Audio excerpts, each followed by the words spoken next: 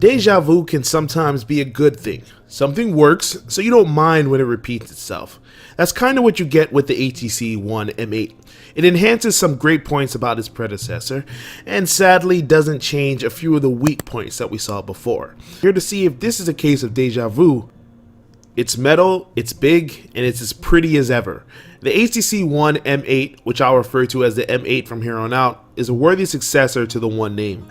The body is composed of aluminum that feels cool but can occasionally run hot, and is slightly curvier than last year's model. The curves make it feel very nice when it's in your palm, and though the edges are a little rounder than they are flat like we saw with last year, it's still very easy to hold firmly and securely in your hand.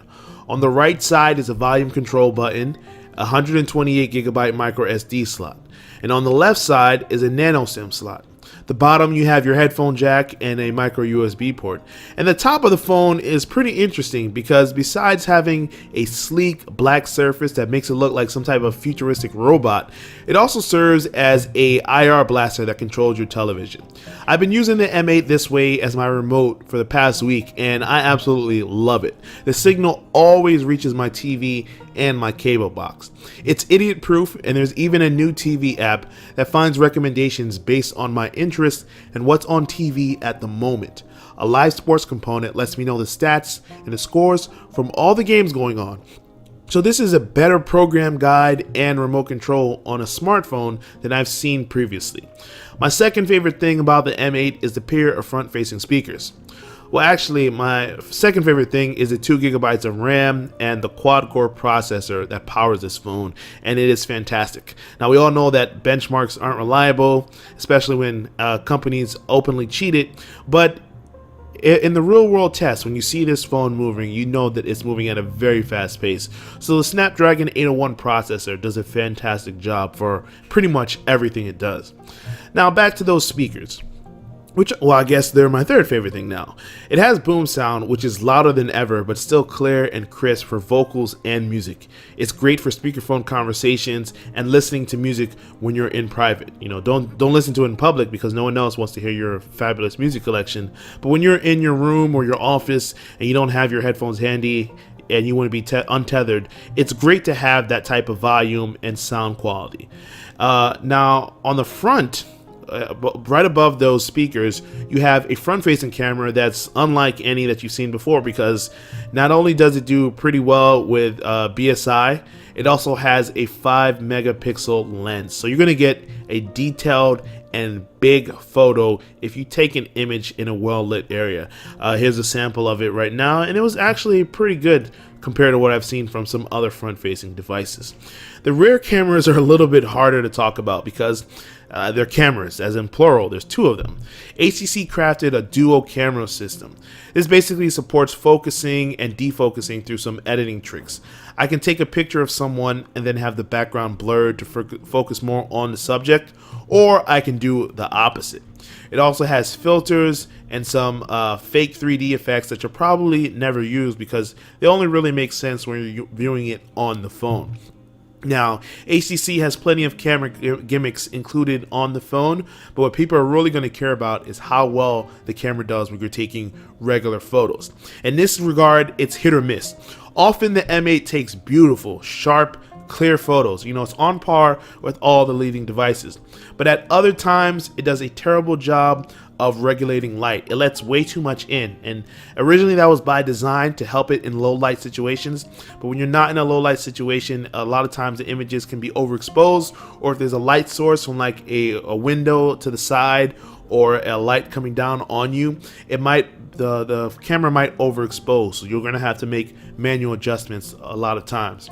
On the bright side, when you're taking low light photos, it has a two-tone flash that is very good. I was really impressed because I took some photos in a pub one night and it wasn't that great, but when I turned the flash on, I took photos of my friends. They have contrasting skin tones and they both came out looking very cool without any tints or strange hues to the photo, because a lot of times when you have an LED flash, you can get like a weird blue tint from the photo, but that doesn't happen with the two-tone flash on the HTC M8. The downside is that as while you can get some good photos here, a lot of times they're going to be smaller. So it's a 4 megapixel shot. That's perfect if you're just sharing on Facebook or online, but if you're trying to store memories that you're going to look at in the future when you're on your 4K display, that's going to look a little small. So it would have been nicer if it was a bigger camera, but sadly that's not to be. As for the screen, when you look at your photos or pretty much anything else there, it's going to be gorgeous. It's a 5-inch display with 1080p HD. You can't really have a problem with the resolution, the clarity, or the color accuracy of this Super LCD 3 screen. It looks amazing. The only negative that I could come up with when it comes to display quality is that the bezel around it is so big. I love that HTC migrated to virtual buttons for navigating, but the frame around the screen is still really large, and that HTC logo at the bottom just highlights that. Now I know HTC has explained that this was done by design because they had some circuitry below the surface that they had to put there, but at the same time it's kind of distracting. But on the plus side, the quality of the screen itself, the part that you actually look at all the time, it's very eye appealing and eye pleasing. So I can't really complain too much. It's just it'll bring up voice calling. If I swipe right, I'll go to blink feed, and if I swipe up or double tap, it'll wake up the phone from the lock screen. Now, putting the phone up to your ear will answer an incoming call, and pressing the volume button while you have the phone in landscape and the screen is off, that'll jump directly into the camera app for you. Now, these are all things that we've seen on other smartphone manufacturers before, LG and Samsung. But what really matters is that HTC implemented those features here, and they did it well. And so I can't really complain. It's nice to have them. Even though a lot of people might not choose to use the motion gestures, I was really particularly happy about how easy it was to jump in and out of the camera app. Aside from that, the software has also got a major update in Sense 6. This is Android 4.4 KitKat based, but the real important details that you'll pay attention to are the changes they've made to Sense. For instance, if you go into settings and choose personalized, it's now possible to switch between themes. That will change not only the wallpaper, but also the accent colors in the menu and the Sense apps like Mail or Calendar. You know, this is an improvement on Sense overall. If you've used previous versions, you know that it was very busy, a lot of flash and bezels, and they've kind of followed the trend of being a clean, flat design, and it's a lot more organized than it has been in the past. It really gives the UI a uniform look that better meshes with the other aspects of Android from Google. And it looks far less cluttered. When you go into Blink Feed especially, if you saw Blink Feed on an M7 and you see how it looks in Sense 6, which is more spread out, it's a little more organized, more of a grid format, you're going to be very impressed with how they managed to change things. And they've also made it possible to add more social media sources, more news sources, and that's going to expand later this year as well. Personally, I prefer to just go into different apps for my social media or news, but if you're someone who likes aggregation and likes putting everything in one place, well, obviously this is going to be something that you're going to use. Another feature that I particularly like about Sense 6 is the car mode, and that kind of strips the UI down to the most important features. Your music, your dialer, navigation, and voice commands. When you tap on the screen with 3 fingers, it brings up voice commands so you can tell it to call someone, text someone, or even choose a song to play. Some of the software on the phone is less useful, particularly the bloatware. Now this will vary by carrier, but on the Verizon version which I tested, there's a crap ton of crapware. But between the preloaded Amazon apps and the Verizon specific carrier apps, there are 23 apps that can be considered bloatware, and you can't delete any of them. The best you can do is go into the app manager from settings and then disable any of the Verizon apps that you don't think you're going to use or need. And that was kind of one of the things that kind of brought me down. I hate the way that they kind of intruded on the Android experience. I like that Sense 6 adds things, but I hated that Verizon added things that you're probably going to get in the way of what you were trying to do.